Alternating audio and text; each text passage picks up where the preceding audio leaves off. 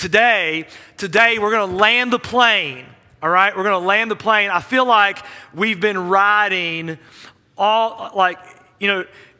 traveling from the East Coast to the West Coast in a plane takes like a long time, right? This has not been a short little ride we've been on the last 6 weeks. We've been looking at Joshua the last several weeks. It's been a long ride, and I want to land the plane for us today.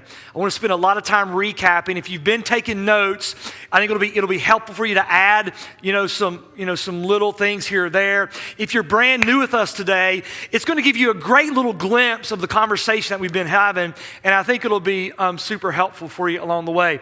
And the thing that drove this whole series when we started a number of weeks ago was say, look, the first season of 2019 is kind of over. I said 2 weeks ago, 6 months from today is Christmas Eve. It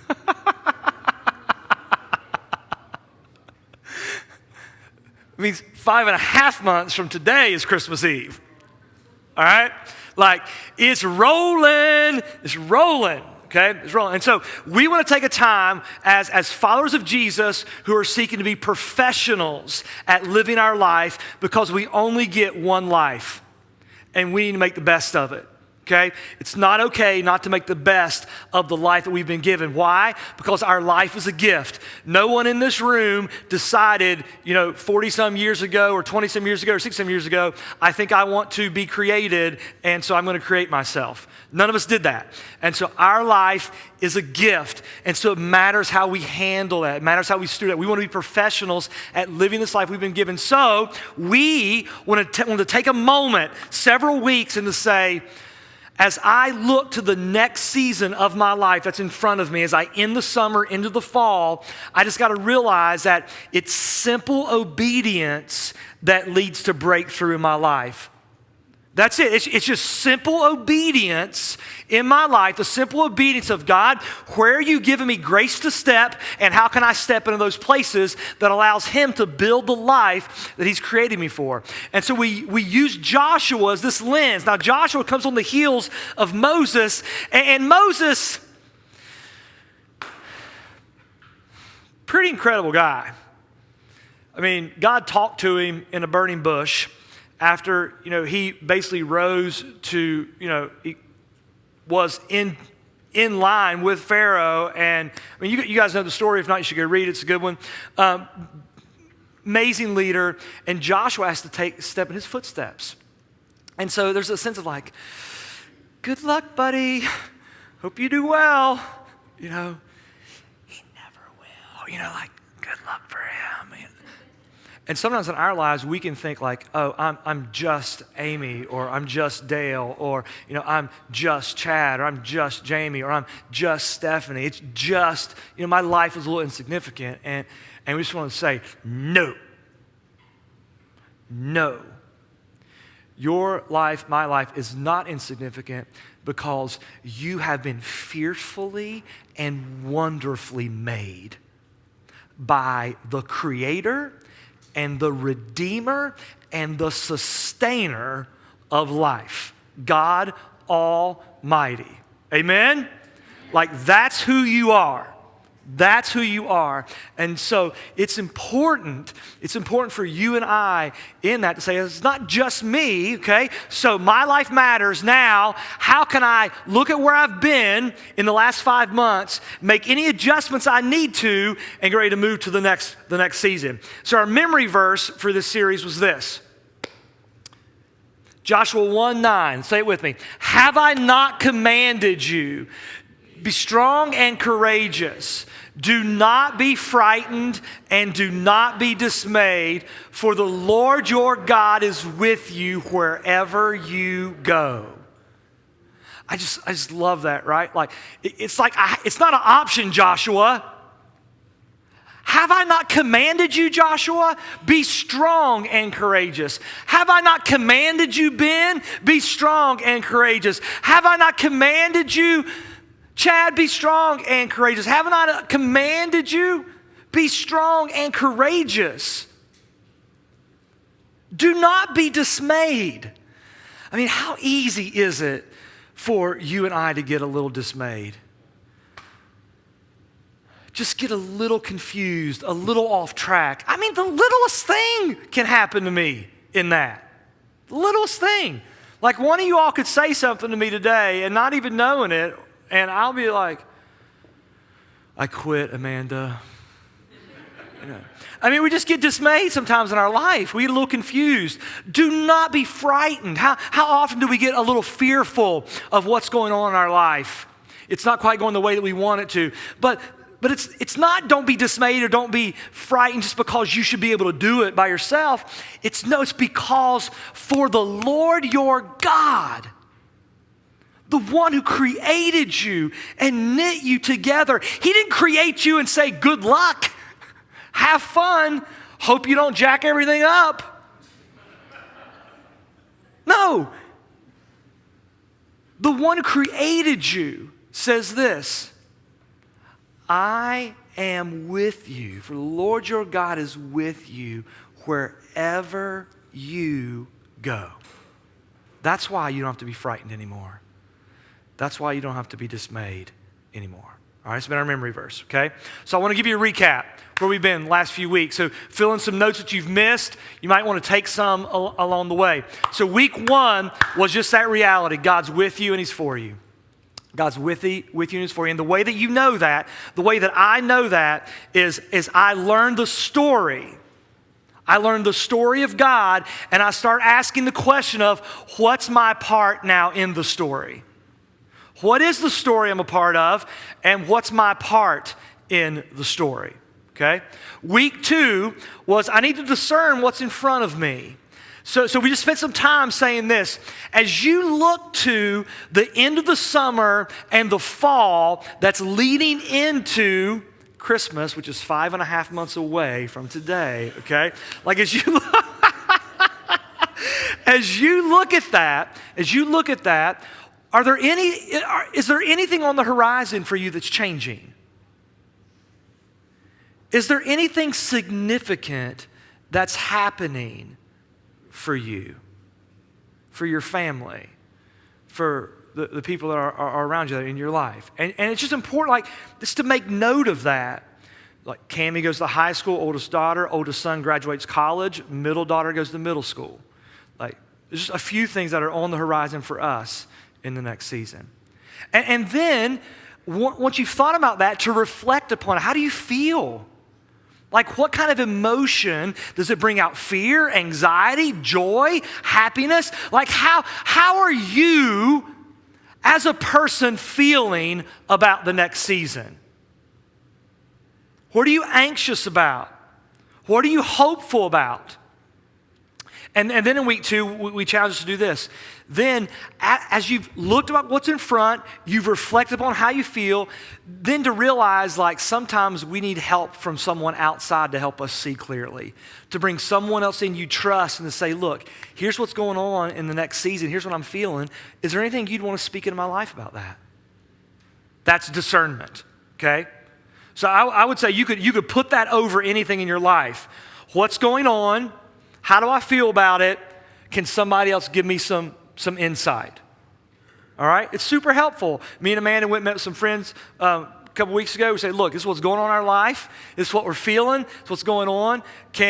What are you feeling? They said a couple things I didn't like, but as I reflected upon it, it felt like that makes sense. All right? It's helpful in discernment, okay? It's helpful. Week 3, I need to look back and to celebrate, okay? Like, how easy is it for us to live with our cup half empty? How often do I let the little stress and pressure of the day hijack my whole life? It just hijacks it, doesn't it? And Satan just loves that. Well, one of the ways that we hedge against that is we look back and we celebrate the ways in which God's moved in our life in the last season.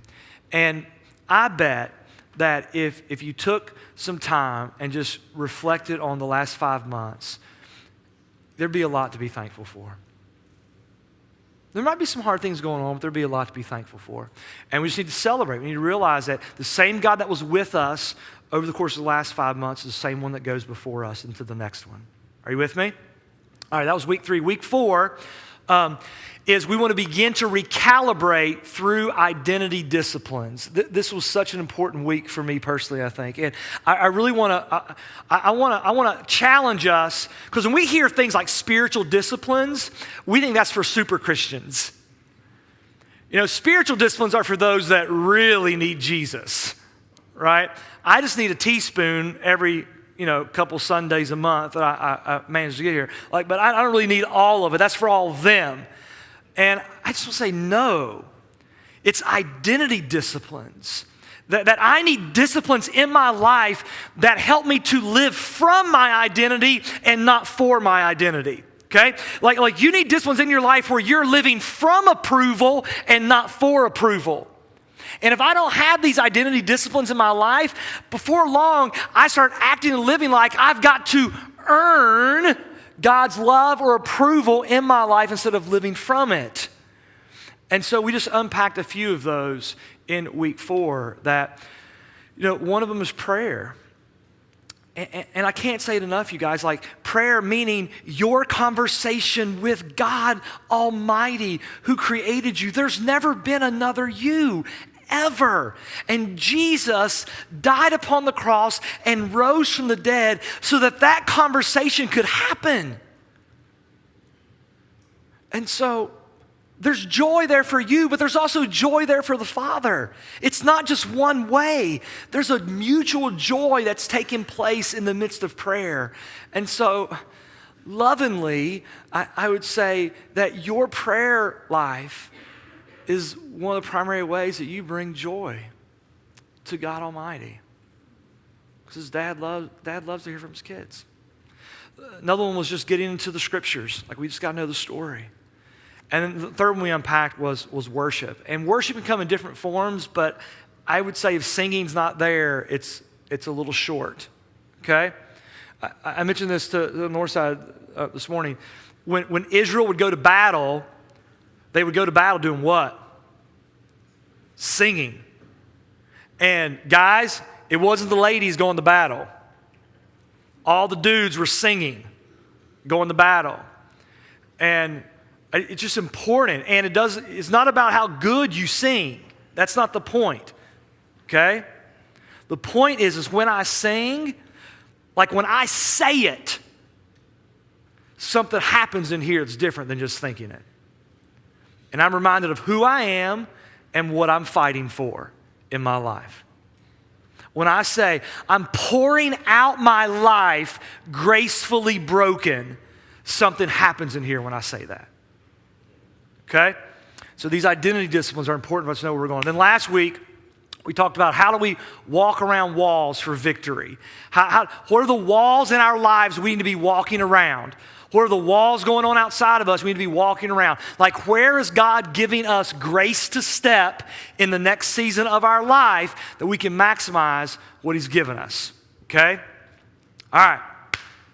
Now, as we finish things up today, we finish them up, I think, in a sobering reality. It's helpful for me. I think it'll be helpful for you. The walls of Jericho come down. It's Joshua 6.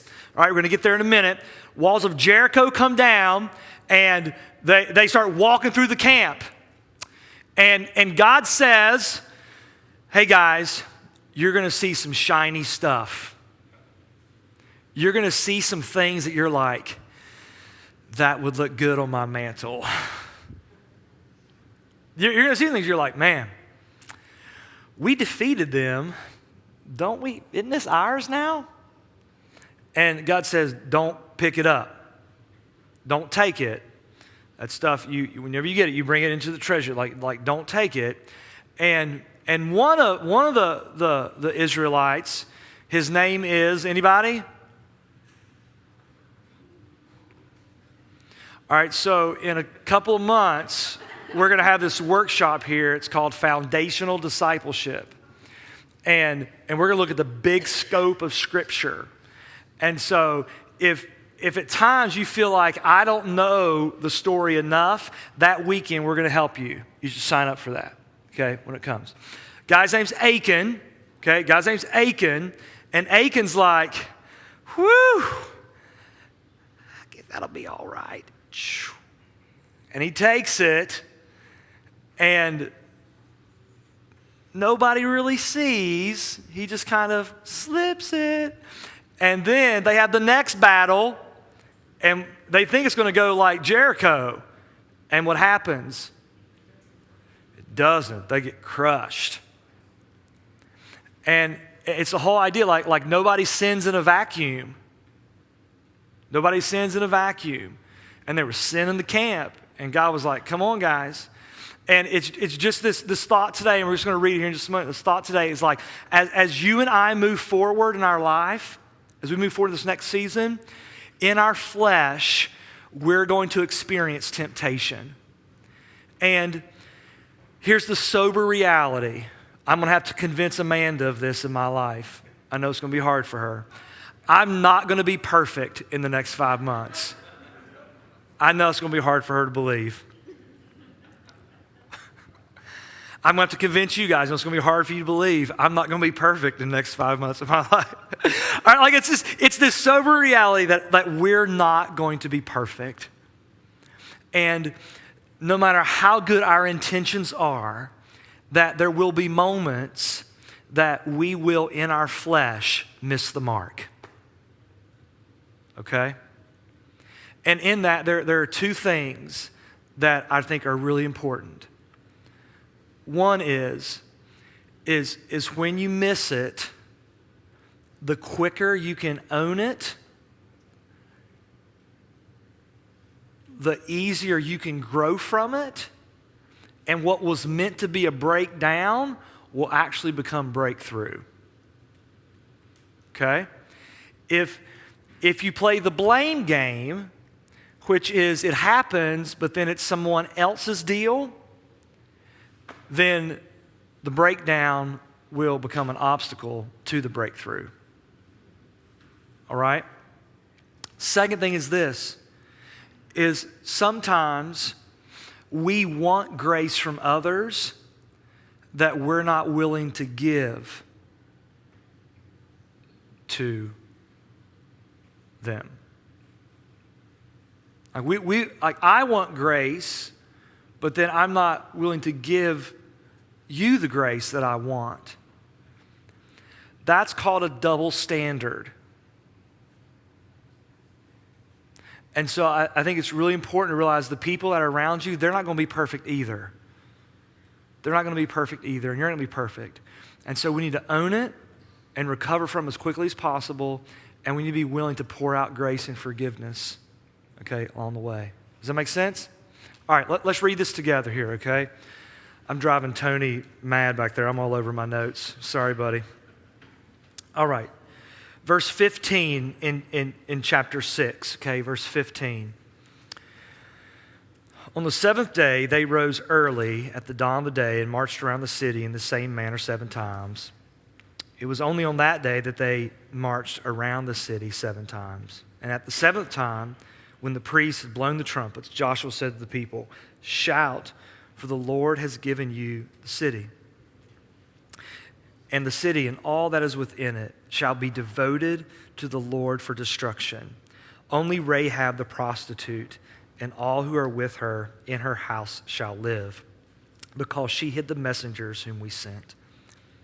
But you keep yourselves from the things devoted to destruction, lest when you have devoted them, you take any of the devoted things and make the camp of Israel a thing for destruction and bring trouble upon it." Like that, it's so, to me, it's so sobering to imagine that my sin, okay, where I miss the mark, actually negatively impacts the people around me in a direct or indirect way. That my sin is never in a vacuum. And sometimes I pretend like it is. And I want it to be. I mean, it kind of makes you rethink things a little bit, doesn't it? Knowing that it's one thing if me missing the mark just affects me negatively. It's quite another if it affects others, the community. But all the silver and gold and every vessel of bronze and iron are holy to the Lord. They shall go into the treasury of the Lord. So the people shouted, and the trumpets were blown.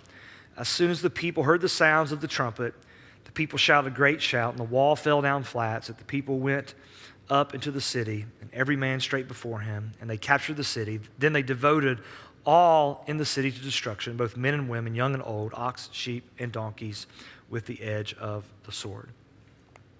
Now, if you keep reading, we're going to stop right there. But if you keep reading into chapter 7, you get to see Achan, who does everything that God commanded them not to do. And then you see the effects of that, where they lose the next battle. I want to just close today with this, and then I want to move into the Lord's Supper today in hopefully a significant way. Oftentimes consumers will seek to hide their sin and pretend it's not there. Everyday missionaries deal with their sin when it arises. And so I want us to be people who just know we're not going to be perfect and we're going to trespass at times. It doesn't give us a free pass, okay? Doesn't give me a free pass, but to know that I'm going to make mistakes. I'm going to hurt people that I love. I'm going to say things I shouldn't say. I'm going to do things I know I shouldn't do. Like at times that's going to happen. What's important is everyday missionaries, the more we can recognize and recover, the quicker God can take something that Satan would love to just consume us and actually help us to grow from it. And here's why we can all deal with the sin of our life in the coming season. Here's why you and I can deal with the sin of where we're going to miss the mark in the next season. We can deal with it because of the cross. On the cross, we hear God's answer to our human brokenness that says, I will not hold it against you, even though I could and I should.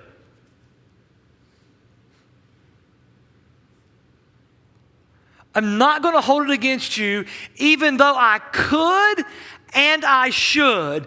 Instead, I'm going to take it on.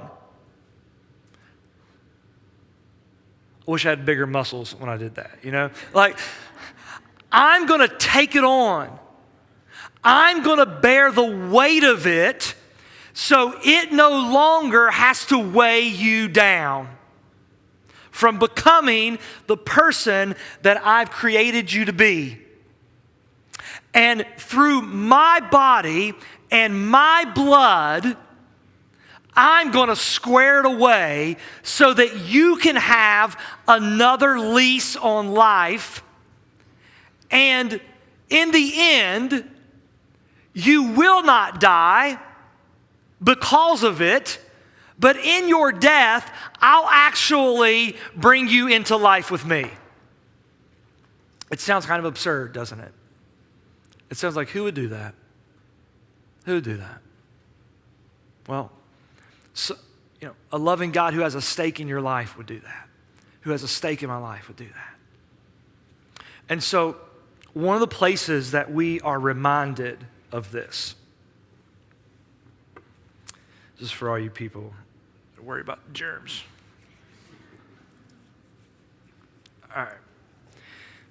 One of the places, maybe the key place that we're reminded of this is the Lord's Supper. And this is the place where we have a great thanksgiving. That Jesus, the night before he was betrayed, and they were celebrating the Passover, he took some bread and he said to his disciples that were there, they didn't know it at the time, right? They didn't know it at the time, but we do know what he was doing. And he said to them, hey, you guys, in a tangible way that you can see it, that you'll be able to feel it in a couple of moments. This is my body that is broken for you.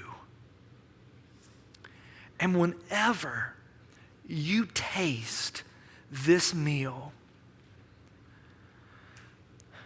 I want you to be really thankful.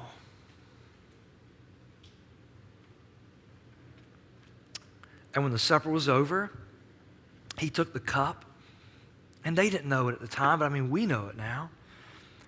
He said, this cup is the cup of the new covenant poured out for the forgiveness of sin.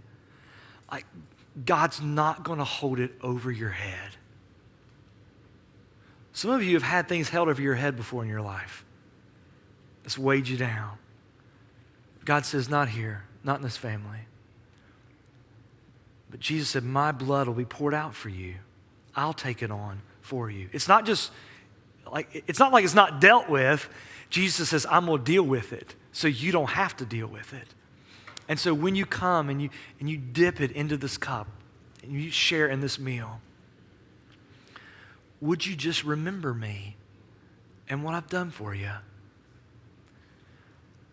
And so I think a great place for us to kind of move on into the rest of the summer and the fall is just a place of remembering what he's done for us and to be very thankful and to live from that place in our lives.